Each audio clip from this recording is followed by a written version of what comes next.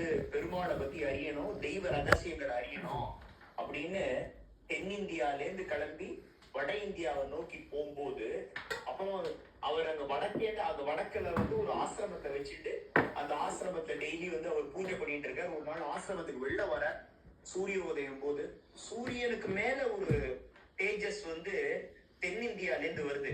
என்னடா இது இவ்வளவு பெரிய தேஜஸா இருக்கு, இது வந்து சூரியன் இல்லாம இன்னொரு ஒளியா இருக்கே அப்படின்னு அந்த ஒளியை நோக்கி வரார்.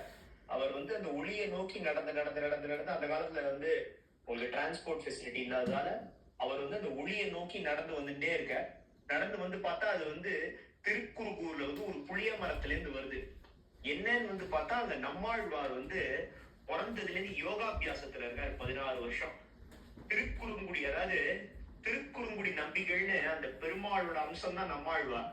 அவர் வந்து இந்த பூலோக மக்களை வந்து உய்விக்கிறதுக்காக இந்த பூலோக மக்கள் கிட்ட வந்து எப்படி பாண்டுரங்கன் வந்து சுகபிரம்மத்துக்கிட்ட, அப்புறம் வந்து கபீர்தாசர் கிட்ட, நாமதேவர் கிட்ட, மற்ற பக்தர்கள் கிட்ட எல்லாம் என்னோட பெருமைகளை வந்து பூலோகத்துல போய் சொல்லி என் பக்தியை நீங்களா பரப்ப போங்கோ, இந்த மக்கள் வந்து மாயையில மாட்டின்னு இருக்கா அப்படின்னு சொன்னாரோ, அந்த மாதிரி நம்மாழ்வார் அதுக்குதான் வந்திருக்கார். நம்மாழ்வார் வந்து இவர் வந்து நல்ல ஞானம் உள்ளவராங்கிறதுக்கு திட்டத்தின் வயிற்றில் சிறியது பிறந்தால் எட்டை தின்று இங்கே கிடக்கும்னு கேட்கிறார். அட்டை தின்று அங்கேயே கிடக்கும். அதாவது இந்த ஜீவாத்மா வந்து இந்த உடம்புக்குள்ள ஏன் இருக்குன்ற மாதிரி ஒரு தாத்பரியத்துல ஒரு கேள்வி கேட்கிறார்.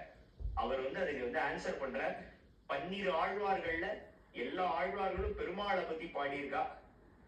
திருப்பாணாழ்வார் முதற்கொண்டு மதுரை திருமங்கை ஆழ்வார், அப்புறம் தொண்டரடிப்புடி ஆழ்வார், அப்புறம் வந்து எல்லா ஆழ்வார்களும் வந்து பொய்கை ஆழ்வார், பூதத்தாழ்வார், பேய் ஆழ்வார், திருமழிசை பிரான் எல்லாரும் பெருமாளை பத்தி பாடினா, தன்னோட ஆச்சாரியனை பத்தி மட்டுமே பாடி அவர் வந்து அவருக்கு தினசரி அவருக்கு வந்து என்ன தொண்டுகள்லாம் அப்படின்னா, அவர் நம்மாழ்வார் வந்து கை கால்லாம் வந்து வராது. அவர் வந்து பிறந்த உடனேவே அந்த ஆக்சிஜனை வந்து ஷடவாயு வந்து ஊங்காரம் பண்ணதால் அவருக்கு வந்து அவரோட காரியங்களை அவர் செய்யாத, அவர் எப்பயுமே யோகத்துல இருப்பார். அவரோட காரியங்களையும் செஞ்சுட்டு குரு பக்தி உள்ளவரா இருக்க.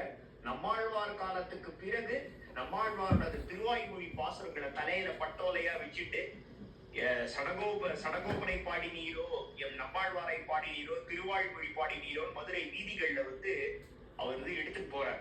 அப்ப வந்து சங்கப்புலவர்கள் வந்து எப்படி திருவள்ளுவரோட திருக்குறளை வந்து சங்கப்பலகையில வச்சு ஔவையார் வந்து ப்ரூவ் பண்ணி காமிச்சாலோ, சங்கப்புலவர்களுக்கு எப்படி மற்ற எல்லா நூல்களும் வந்து உங்களுக்கு வந்து தண்ணிக்குள்ள போய் திருக்குறள் மட்டும் வந்து உலக பொதுமுறையான வள்ளுவ நாயனாருடைய திருக்குறள் மட்டும் சங்கப்பலகையில நின்றுதோ தண்ணியில, அந்த மாதிரி திருவாய்மொழியும் அந்த மாதிரி நின்னுது.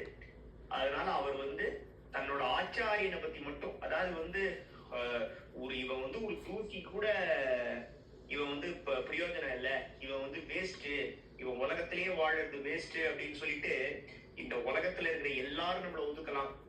நம்மளோட வந்து நம்மளோட சொந்தக்காரா நம்மள ஒதுக்கலாம், நம்மளோட சமூகத்தினர் ஒதுக்கலாம், ஏன் எல்லாருமே, ஏன் நம்ம அப்பா கூட ஒதுக்கலாம்.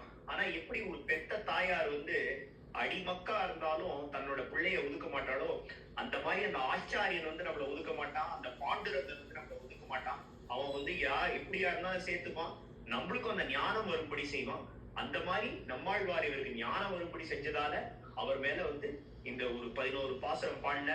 இன்னைக்கு கூட திருக்குறுகூர்ல போய் நாதமுனிகள் அந்த புளிய மரத்துக்கு அடியில உட்காந்து சொன்ன மாதிரி யார் 12,000 தடவை கண்ணினும் சிறுத்தாம்பு அங்க போய் சொன்னாலும் அவளுக்கு வந்து நம்மாழ்வார் மானசீகமா பிரத்யட்சமா வந்து மானசீகமாவோ இல்ல நேர்லயோ பிரத்யட்சமா காட்சி கொடுக்குறாரு அப்படிங்கிறது ஒரு நம்பிக்கை.